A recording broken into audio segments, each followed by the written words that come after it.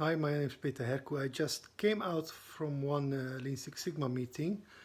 We closed one project, but with a not so good result, and I'm not very happy about it. It will not be on my list of testimonials or case studies probably, although it could be a good idea not to have only excellent reviews and excellent case studies, because 80-20 rule says 20% of your projects will deliver 80% of the results. So it doesn't mean every project will be successful.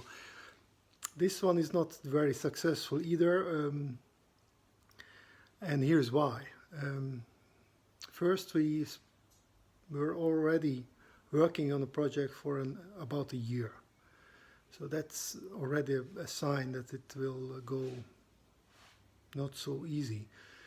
But the main reason that it took long and didn't deliver many results was that we had a project that was not well scoped. Scope means that you focus on part of a big problem. You don't want to solve everything at once, because that's sure guarantee that you will not succeed. And this is a bit what happened with us. The project was about to improve the customer service department of a big company. Customer service department, so if you think about already, the term says there are many things there to focus on.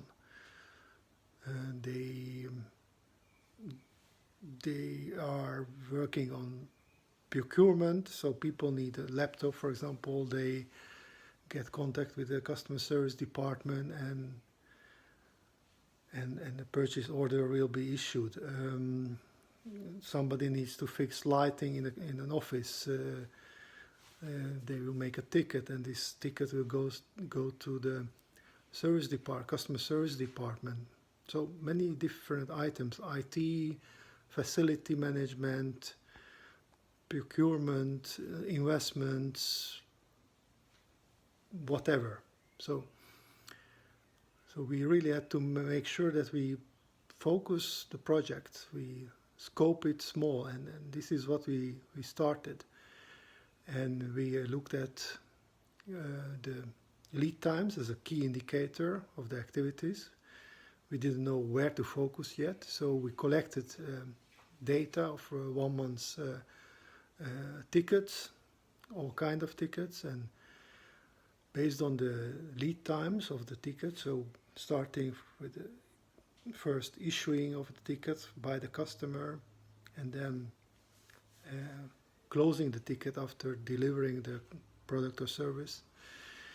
So the lead time we measured, this is what we were focusing on first, and then we look at all types of tickets, and we found out that purchasing, so procurement activities, have huge number of tickets, and within procurement there are certain tickets that are, let's say, freely entered text.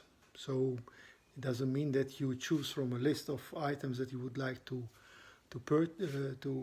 purchase as an employee of this company. So not like a list of laptops that you can choose from. No, it's a free text that you can enter, because it might be complex or not itemized yet. So they call it free text purchase orders. And we found out that this one took the longest to complete. They had the longest lead times, and they were also big in numbers. So if we would improve the procurement or the purchase orders with this free text, then we would make a big improvement.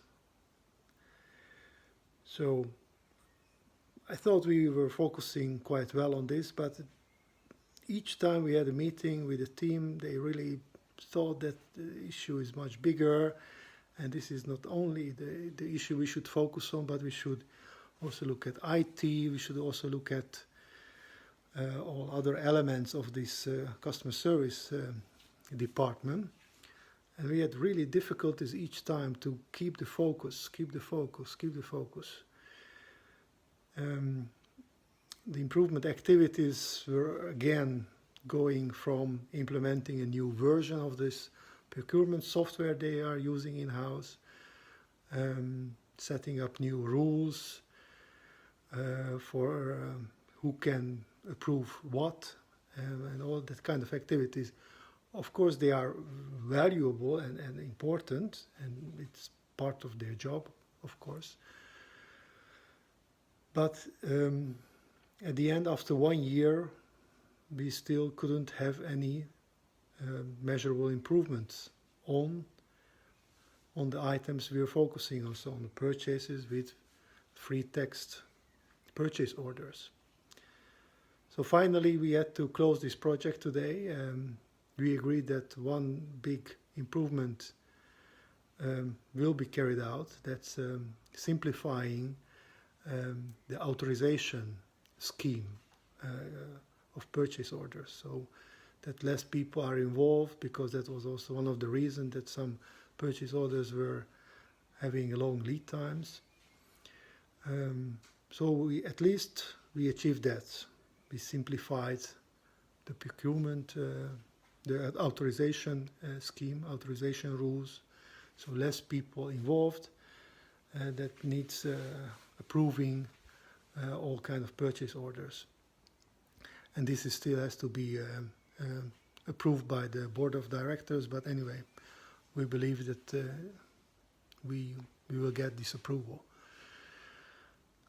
But from a Lean Six Sigma point of view, first we always start with a baseline, and then we want to make some improvements on certain part that is important, and then we want to measure again to see the improvement. And that second measurement we don't have yet. So we agreed to, without having this verification of our success, we'll close the project, because anyway it took twice as long as I hoped for. It's almost a year already.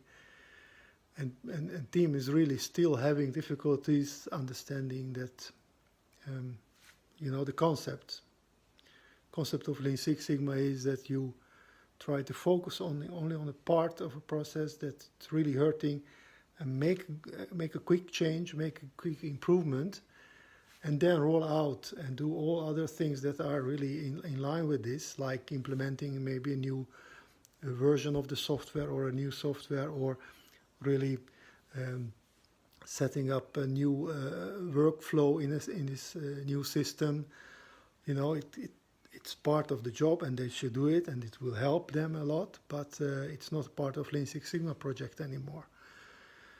So the conclusion is, if you want to avoid failure with your Lean Six Sigma project, number one failure is that you have a too big scope of your project.